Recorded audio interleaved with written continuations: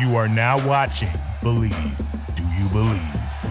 All right, Blues fans, we have liftoff here officially with the summer series.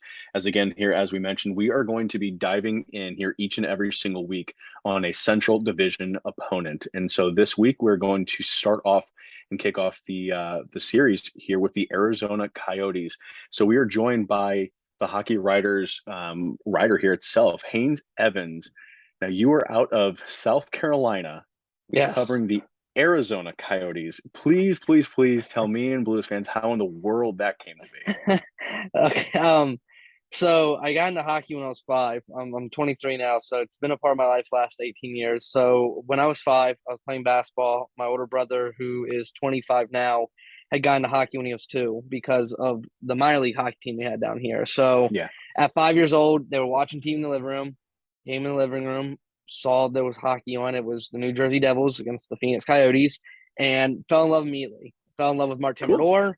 Favorite goalie of all time. I'll stay on that hill. I don't care what anybody says. Favorite goalie of all time. And fell in love with the Coyotes immediately. Shane Doan was one of those guys who just the market itself, being in an area where hockey's not as traditional. At the time, hockey wasn't a thing in Arizona. It wasn't a big thing. So it just kind of resonated with me wanting to, I want to be a fan of that team that everybody was. I want to be a fan of that team that, everybody considered the outcast, the area where hockey didn't work. So it resonates so well with me growing up. And it was just kind of a match made in heaven. I mean, I wouldn't say that the years since then have been perfect by any means for the team, but No. I wouldn't change it for anything in the world. I know I get a lot from everybody about the team state, but I am very proud to be a Coyotes fan. I'm not wearing my hat, unfortunately, but I am very proud to be a Coyotes fan. I think anybody who can be able to say at this point that they're a Coyotes fan and can be able to stick by them, especially when they're not living in the state, man, I got to give them all the credit in the world here. So, all right, boys, are we ready to be able to get in here to a little bit of a deep dive here on the Arizona Coyotes? Yeah. All right, let's do it. Okay, so Haynes, 25, 50, and 7. It's clear to say that the Coyotes missed the playoffs here last year. I think just been looking at that record here itself. Yeah. You guys lost Phil Kessel, Jay Mhm. Beagle, Alex Lochenyak, Anton Strawman, Anton Roussel, and Dmitry Yashkin. But on the flip side, for better or for worse, you guys gained Zach Kassian, Nick Bukestad, Patrick Nemeth, Josh Brown, Troy Stetcher, Blues fan favorite John Gillies, and boy, I'm going to butcher this name. I can never pronounce this. Laurent Dauphin. Lauren Dauphin, Thank you. Oh my gosh. I see that former name about. Coyote. Yes. Yeah. So what do you think of these additions? I mean, they kind of stick to on par of what you're expecting from the team. I mean, these are guys who, bottom, third, fourth line pairing guys. I mean, these aren't top pairing guys. You're not trying to win. And Coyotes fans hate to hear it. There are fans out there that still generally don't understand the direction this team is going. And, it's hard to hear that they're going after guys who aren't going to be goal scorers for this team. But people have to understand that this is the thick of a rebuild right now. You're not trying to win games, but at the same time, you're not trying to put the most miserable looking team on the ice. You still want to draw fans into games and come and watch. And, guys like that do it. Zach Kassian brings physicality to this team. You're getting guys like Nick Bukestad, who at one point was a big name guy in the NHL. A lot of hope and praise for him of what maybe he could have done. And, they bring in Troy Stetcher and Josh Brown and Patrick Nemeth. And, they bring in a lot of guys who will help solidify some points that they're missing on some bomb pairing line role guys. And, and then bringing guys like Laurent Dauphin are going to help solidify, the AHL spots you're going to have open. So it kind of just sticks on par of what Bill Armstrong's doing here in terms of wanting to keep that main focus on this is a rebuild. This is a team that's not trying to win. This is a team who's trying to compete to get better for the future. But at the same time, it brings in guys that are at least going to excite fans and want to come in and watch. Bringing in guys, like I said, like Zach Kassian will get fans excited to come watch at least this team play. I think so. Go ahead. I think at the very least they got harder to play against a little bit. Yes. With Kassian and Bukestad, and you add it to a bottom six and your middle six where you're a little bit more physical, harder to play against. I think that's a good way to go about it. And I think Bill Armstrong should absolutely be trusted to do this job. Like the amount of drafts that he had with the Blues before going to Arizona, it's just he knows what to do. And I know that it's something that, like you said, Coyotes fans probably don't want to hear, but I think that within the next few years, you're going to see some serious improvement. But my first question that I have real quick here is how do Arizona Coyote fans view the, I don't want to get ahead of it because we'll get more into it later, but just generally, how do they view the Chychrun situation in terms of he hasn't been traded? There's been a lot of mixing rumors of whether they're going to trade him or he wants traded or all that. Like, just generally, how do they view it? It's an interesting situation there with Jacob Chychrun. He hasn't specifically said himself. He hasn't come out and said, "I'm done with the team. I want to be moved." But at the same time, you've heard the comments. He wants to be playing hockey past April, which is everybody wants to. You want to be playing playoff hockey, and he wants to be playing playoff hockey. And he's still young, and he wants to do it sooner rather than later. He doesn't want to be in the later half of his career playing playoff hockey. He wants to be young, competing for the playoffs now, and that's understandable. And it's kind of a crossroads. Like I said, he hasn't said he wants to be gone, but at the same time, and ownership doesn't say they want him gone. But at the same time, Bill Armstrong's listening to everything that's coming his way, and that's kind of the case with mostly any player besides, I'd say maybe 2 or 3 on the Coyotes. Is Bill Armstrong's really is listening to offers on anybody on this team. While he may not think Chychrun is a piece that he would move, if the right deal came along, he would definitely pull the trigger if it means helping the team in the long run. Because I truly believe, and a lot of Coyotes fans do, that a trade for Chychrun, you're going to get a pretty big haul in return. You're going to get a lot of pieces that could potentially speed up your rebuild a lot faster. So I would love to see him in Arizona for the long haul. I think he's a great player. He's a strong defenseman, and he's got a really bright future ahead of him, whether it's in Arizona or elsewhere. But only time will really tell there with that situation on what their motive is, what their plan is with them. I think that he probably starts the season in Arizona. I think that he could be moved to the trade deadline next season, but as of right now, we don't really know much more than what we've kind of heard from both sides of both parties. Well, and one thing I think that's interesting here too, because I needed to confirm this, Jay Beaumeester did not even have his first playoff appearance until he was moved to the Blues, and he was 29 years old. And then at that point, he didn't even end up winning the Stanley Cup. And most guys, I mean, you look at all these guys, Patrick Marleau here, as a number one example, they didn't even win the cup ever in their career. And it took Jay Beaumeester until he was 35 years old. So you never want to be able to see a guy who potentially, and I'm not trying to be able to compare Jay Beaumeester and Jacob Chychrun, but I mean, again, for argument's sake, it took the move to finally be able to make the playoffs, and it took him until 29 years old. I mean, at that point, he started his career at 19 years old with Florida, then got moved to Calgary, then got moved to St. Louis. So between Florida and Calgary, he didn't even make the playoffs. It took him 10 seasons to be able to make the playoffs. So I get it that Coyotes fans are going to be frustrated. I get it that, he may be frustrated and not want to be able to miss out on the playoffs and be able to have his whole young career. But if he can be able to stay healthy, boy, he's got a lot of time on his hands that he can be able to make the playoffs and be able to make, a good wave here at this point. So looking back here last season, the Blues went 3-1 here against the Coyotes, outscoring them 19-12. Kyrou led the team in scoring here against Arizona with 4 points in 4 games, part of his huge breakout season.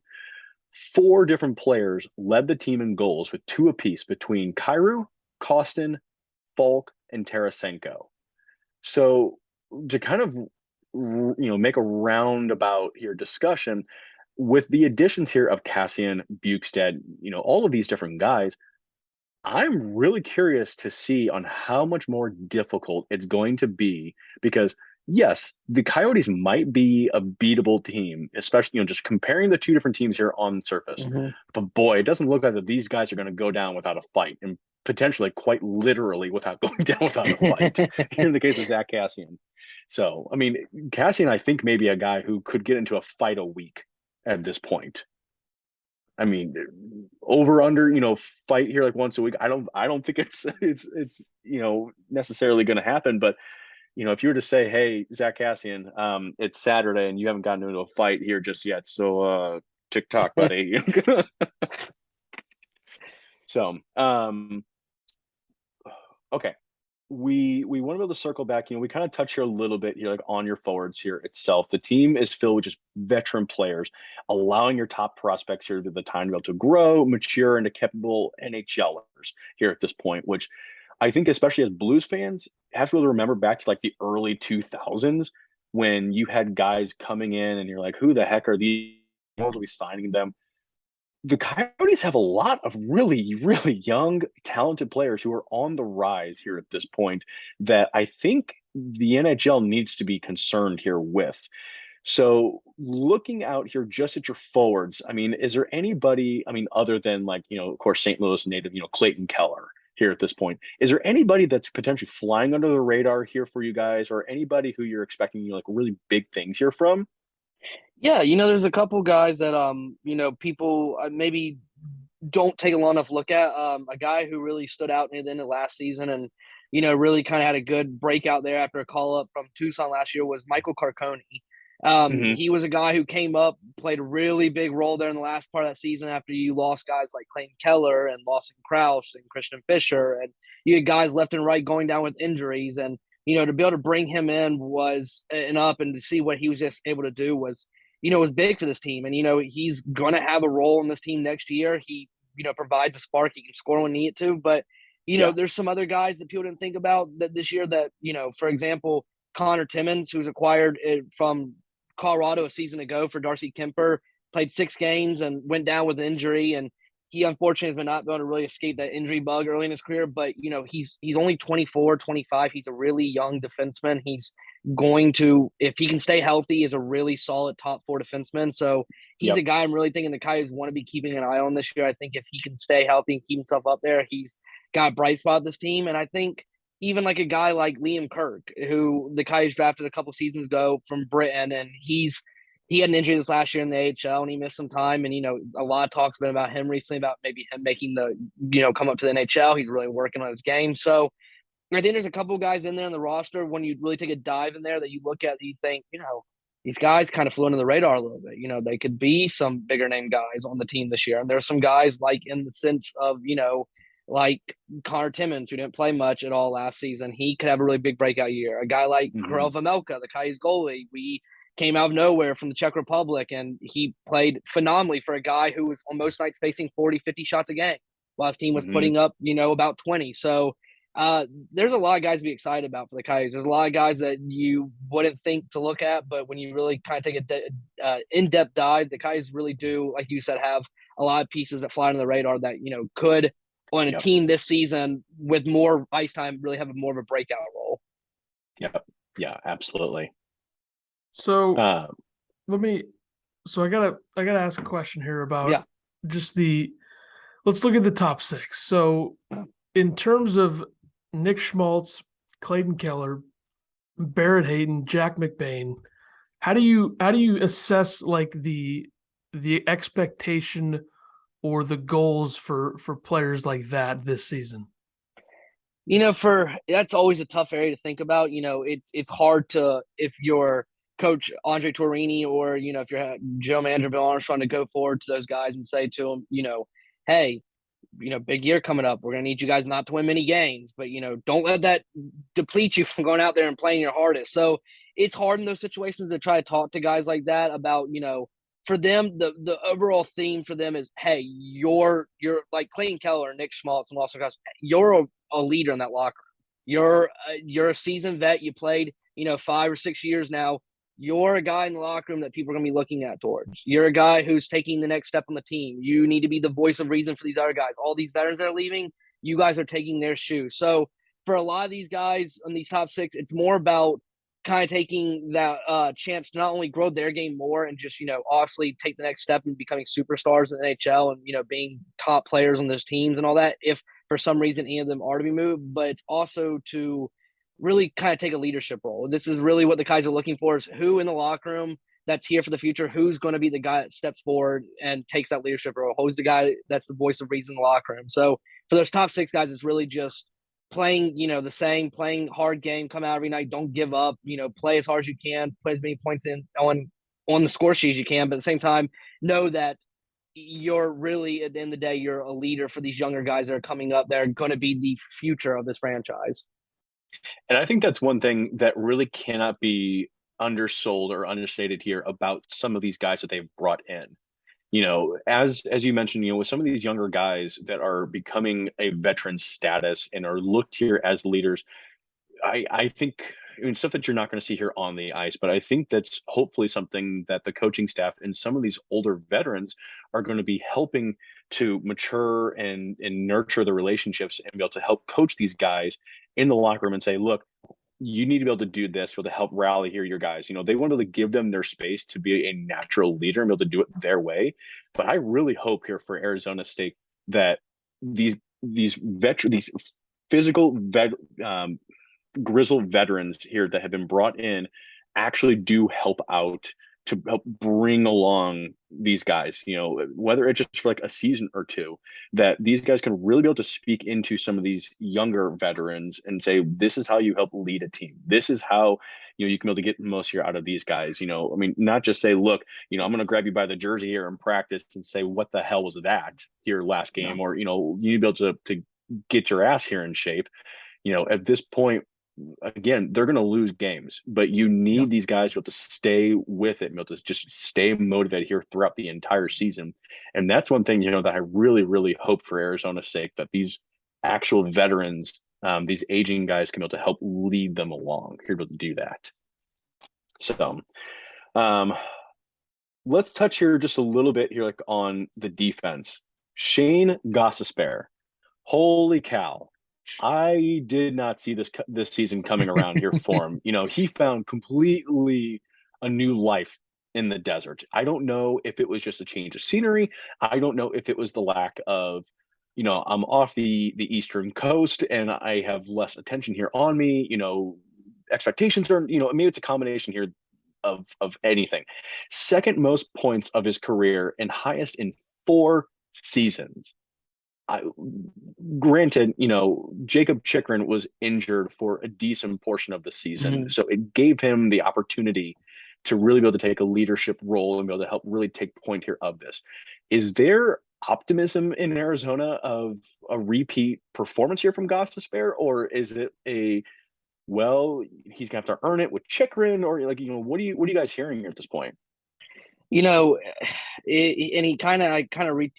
back first with, a lot of people are thinking that he could be moved to the deadline, and, it's completely plausible that he could. Anybody I said for besides maybe 2 or 3 people are pretty much movable on this team. But, he had a really great season. And, like you said, I couldn't even say more than what you said there. It was no one expected. The Flyers practically gave him to the Coyotes for almost for free. They even include picks in to give the Coyotes to take Shane Gostisbehere off their hands. And, and a lot of people didn't expect much. Shane Gostisbehere was a really good his first 2 or 3 years in the league. He really shined, looked really promising. And, and he hit some down years in Philadelphia. And it was a mix of everything. It was coaching, management, ice time. He lost some motivation potentially with, losing and the way teams were changing everything up. And, I think coming to Arizona, it was a mix of knowing that he's one of those top role guys on that team. He's one of the older guys on the team. Like we talked about just a second ago, he's a voice of reason in the locker room. He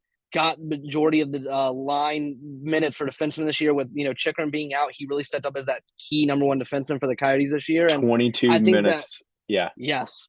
He definitely relished having that chance to kind of, take almost like a rejuvenation of his career, essentially what he got coming to Arizona. It's like he stepped into the fountain of youth and refound his game. And it was just a mix of, it was the ice time. It was the new coaching staff. They worked a little bit better with the team. It was the pressure of knowing that he didn't have to go out every night. And, this wasn't a first place Coyotes team that, he had to be 100% every night. He didn't have to, he made his mistakes. Team, that was understandable. The Coyotes were making a lot of mistakes this past season, and it was a growing experience for him. So I think just giving him that new chance to know that he wasn't thrown in such a harsh hockey market as, say, Philadelphia is compared to Arizona, really allowed him to maybe take a lot of weight off his shoulders, kind of get that monkey off his back, and it really showed. So I really think that he continues where he's going with his game this year. I think that if he keeps it up, I think the Coyotes could easily move him for a nice piece at the trade deadline. But, you can't say nothing negative about his game. What he's done in such a short time is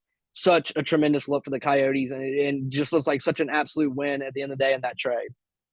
Yeah. What are you? Go ahead. I honestly love what we're seeing here out of him. especially coming from like a fantasy perspective, it was a huge. I took him as like a late round draft pick, Mhm. just as late round flyer, and honestly was probably like one of the best moves that I could have ever have hoped for here at this point. So, as I was mentioning, like his increase in ice time, allowed him just this massive, massive benefiting role here from it. Highest amount here like of his entire career, 22 minutes and 11 seconds here that he averaged, 14 goals, 51 points in 82 games. And the fact that he was able to stay healthy and play all 82 games is incredible feat in and of itself. So yeah, I'm really interested to see what's going to happen here for him. So what are you expecting from somebody like Troy Stetcher this season?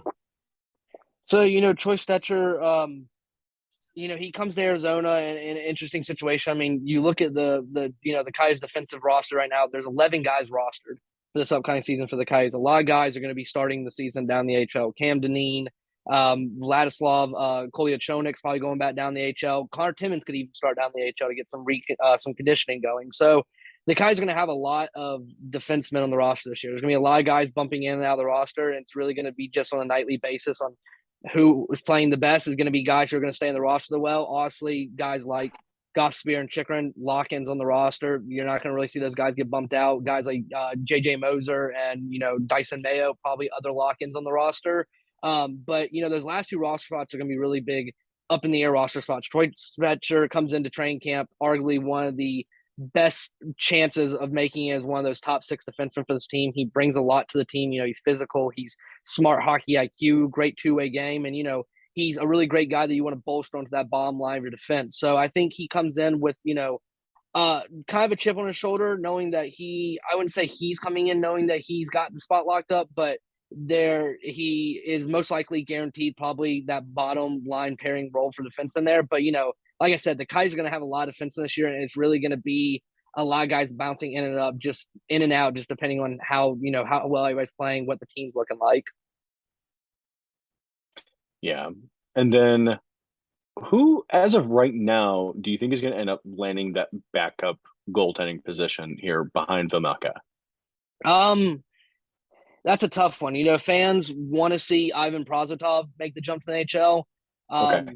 He just recently got signed this offseason to a 1-year extension. This is pretty much a make it or break it year for him. He stellar rookie debut year in the AHL, and last year's he has not been great. He's been a high 2 point something goals against average. He's a low 900 save percentage. He's never panned out in the NHL. He's had about 2 or 3 really good games out of 7 or 8 in his career in which he's looked like he could be a solid backup goalie for the team. He probably is going to start the year in the AHL. Being a make it or break year, the guys have to know that he can win the AHL before they even give him a shot in the NHL. I would say right now your best option going in, if the guys don't bring back Harry Sodery, which I know was talked about for a short bit of time, would be John Gillies. I think he's a guy who's got NHL experience under his belt. He's played a lot. He's relatively still young. He's mid-20s. He's going to play great in there and giving Vejmelka relief there. So I think it's a no-brainer that he ends up coming in. But at the same time, last year we thought the 2 goalies for the Coyotes were going to be Carr Hutton and Joseph Coronar, and it ended up being Carr Hutton for 2 games and Karel Vejmelka taking over as the star of the rest of the season. So you never really know. It's really going to be just who really stands out the most in training camp. Now, could I interest you on an on-podcast trade?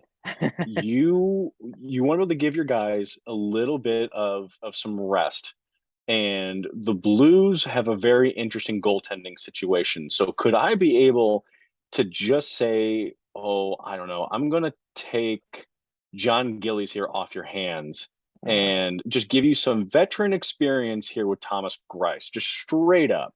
Does that work for you here at this point? Does it build confidence? Because it doesn't build confidence in me. John or Thomas Greiss, former Coyotes goalie, so he's no stranger to the desert. He knows what it's like to play in Arizona. At his stage of his career, honestly, everybody in their career is looking to win a Stanley Cup. But at the same time, he's a career backup. He would probably get some solid starting minutes up in the NHL on the Coyotes. So, I think the Coyotes are kind of really open to anything. I think I'd be okay at this point, the Coyotes signing an ECHL goalie if it meant that it guaranteed us a couple more losses with a chance of Bedard. So, I mean, I would be welcome to having him back. I know people have talked about Mike Smith coming back to Arizona. I personally don't hope that happens, nor do I think Mike Smith wants to come back to Arizona. But yeah, I think that anything's really open to it. I mean, I'm excited for John Gillies. We've had a lot of great success with Devils goalies, obviously being St. Louis goalies with Scott Wedgwood, who was a great success coming from Arizona to Arizona twice, and both times breaking losing streaks. So John Gillies is a welcome addition to Arizona. I'm really excited to see him play. He's looked really great in Calgary. He looked really great in New Jersey. He looked really great in St. Louis. And, I think he can steal some games for us. But, I'm kind of a risk it all GM on my NHL career. I mean, if I think it benefits me in the long run, I'm open to pulling a trigger on a deal. So, I mean, if I'm Bill Armstrong, I'd probably be listening to you here a little bit on Thomas Greiss. But yeah, I mean, I think Greiss or Gillies. I think either option for the Coyotes. I mean, they're both those guys are going to steal games for you.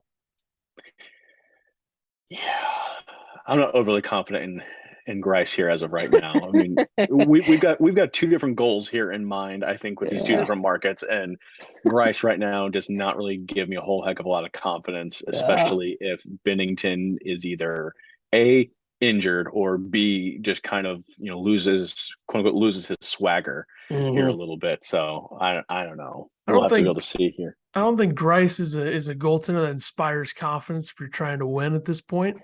Yeah. He's in Detroit. I don't think they were really trying that hard to win when he was there, so that's not ideal. So before we wrap this up, I wanted to ask a little bit about the draft, this year's draft. Mm-hmm.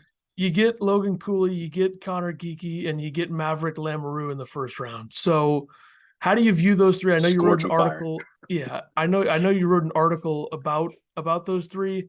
Just how do you view it? Do you agree with the idea that they take Cooley over Wright, which I think a lot of people thought that they would anyway? I don't think a lot of people thought that scenario would actually come up, but it did. How do you assess the three players that they got in the first round, just the overall draft, since it was a very important one, and they're going to continue to be important because you got like a billion picks in the next 3 years. So how do you view that?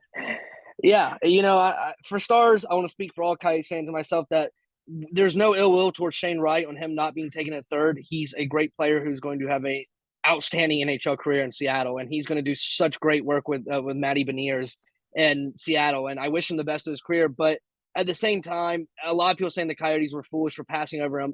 From the get-go, from what I heard from months and months in advance, Logan Cooley was their guy. If he was available at 3, they weren't going to pass up on him. He has spoke so highly of Arizona. He wants to be in Arizona. He has said in numerous interviews he wants to be the guy in Arizona. He likes guys like Clayton Keller. He's wanted to play with guys like Clayton Keller, and he hit every point that Bill Armstrong wanted in guys. He wanted guys who want to be here, and he wanted guys that can change the pace of games. And Logan Cooley can do both of those. And he's a small guy like Clayton Keller, and Clayton Keller is developing in his own self into a great NHL star. So bringing a guy like him in was a no-brainer. Shane Wright would have been a great addition to bring him in too, but Logan Cooley is easily the best player the Coyotes have ever drafted in their franchise's history. I will say it. They've never had a guaranteed franchise player drafted out of the draft like they got in Logan Cooley. I think he's got a very great long NHL career ahead of him. Connor Geeky, if people haven't seen my tweets, I am all over the moon about Connor Geeky. He is like my savior on my NHL franchise mode. He's going to lead my team to a Stanley Cup. I'm fully convinced on it. Connor Geeky is a great player. I mean, he's got areas to work on. He's not the fastest kid out there on the ice. But he really works you over with his strength and his skill. And, he's a smart player, and he drives hard to the net, and he knows how to crash, and he's quick on transition. So where he lacks in, he makes up with a lot of skill and a lot of, just smart play. So he's a guy that I don't know if he comes right into the NHL right away as quickly as maybe say Cooley does. But he's going to be a guy who's going to be a top 6 player for the Coyotes. Maverick Lamarou, a little bit different scenario with him. I think he's a great bring him in. 6'7" kid is by any means not short. He's got Zdeno Chara references on his height there. He's a great player, but he will be out of the top 3 first picks. I mentioned it. He is going to spend the longest time developing his skill. He lacks a lot of stuff in his game. He's, weak in a lot of areas and all that. And, he's smart when he's got the puck, but he's not always the smartest without the puck, and he is careless sometimes in his own zone. So he's going to have to earn his way to the Coyotes. He's not a guaranteed being a first-round pick. He's not guaranteed to be on this team in the next few years. He's going to have to work on his game. He's going to have to improve himself down in the CHL. So I'm excited. I mean, it's an exciting time to be a Coyotes fan. These last 2 drafts have been nothing but great. Next year's draft is honestly the holy grail of picks. And for Coyotes fans, as much as I want Bedard, I'm going to be the guy who self-jinx us here. We're not going to win the first pick, most likely because why would we win the first pick? We've seen that happen too many times where we should have been the first pick and we fall to pick number 3. So I don't think Bedard ends up in Arizona. I'm just going to be realistic. If it doesn't, then I'm happy with being wrong here. But I don't want to say that we're going to get it and then be wrong. So it's exciting times. The Coyotes' future really is going to be built through these drafts. And it started with last year's draft, and this year's draft's the biggest one for the Coyotes, really, with the bulk of the rebuild going on now. This is the biggest draft for them in terms of really getting that rebuild in full motion. So I'm excited. Coyotes fans should be excited. It's, like you guys said, real fast on the reiterate, this Coyotes team on paper most nights looks like a team that anybody can beat, but you'd be very surprised how hard it is for a lot of teams. A lot of coaches say it's very hard to play this team. The Coyotes are a feisty team, and that's what they play off of right now, being a rebuild team. They're feisty. The Toronto Maple Leafs, for example, probably would not like me mentioning how many times the Coyotes have beaten them in the last few years compared to they've beaten us. But it's going to suck the next few years. I'm excited about a lot of things. Potential arena coming in Tempe, exciting. I'm excited for the 5,000 seat arena this year. I think it's going to be an atmosphere you're never going to see in the NHL. I think it's going to bring in a lot of people. They're easily going to sell it out, despite what people say they're not going to do it. They're easily going to sell out that arena. But yeah, I think the future is bright in Arizona for sure. And I'm looking forward to a lot of exciting matches with the Blues this year. I'm a St. Louis fan, so if the Coyotes lose, I win regardless. So the end of the night, it doesn't really matter. If the Coyotes are on a losing streak, may want the Coyotes to win a little bit more than the Blues that night. But if the Blues really need those 2 extra points, I'm going all for the Blues. So at the end of the night, whoever wins, I get to pat myself in the back and have a beer to celebrate regardless. So no skin off my teeth, but yeah, it's an exciting time. That's awesome. Hey, really fast before we wrap up here, I mean, this will be the last one here from me. Ethan, I don't know if you have anything else here for him. So you are a writer here with the Hockey Writers. I mean, is there anything particular that you're working on here at this point? Yeah, so I'm actually 2 paragraphs away from finishing up my newest article today. So I'm currently in the middle of doing an off-season player review. I'm not doing the newer guys coming in, guys like Zach Cassian. None of those guys are going to be mentioned in my articles. This is going to be solely based off guys who played the majority of last season. We're opening night roster last year. Phil Kessel, I haven't decided what I want to do there yet with that situation. Probably will write about him. By the time I do, he might be signing somewhere. Hopefully for him, he does find somewhere to go. But yeah, I'm just working on some off-season review pieces. I'm working on some off-season review pieces. Nick Ritchie is going to be coming today. If not this afternoon, later this afternoon, he will be in the morning. Lots of big other guys coming up. Dyson Mayo. We're getting to the really good half of the team. So we got JJ Moser coming up. Nick Schmaltz, Lawson Krause. My favorite, Clayton Keller, is going to be last because I'm biased towards him. But yeah, I got a lot of other things. A lot of early season predictions coming up. Roster. Some insights and predictions on, I think, who makes a roster, who, like you guys said, who may be that backup goaltender to Vejmelka this year. So just a lot of off-season stuff coming up for the Coyotes. I'm trying to navigate this all by myself with Pat being gone. So bear with me as I try to stay on task with everything on top of working and playing hockey and doing everything else. But yes, I have a lot more stuff coming along the way, and I'm hoping now that I have a little more free time, I can roll out stuff a little bit faster.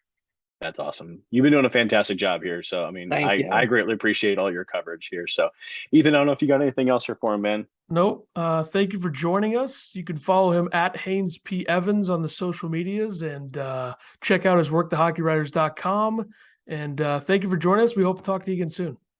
Thank you, guys. I appreciate it so much. Thank you for watching Believe. You can find more great content at Believe.com. That's BLEAV.com. Do you believe?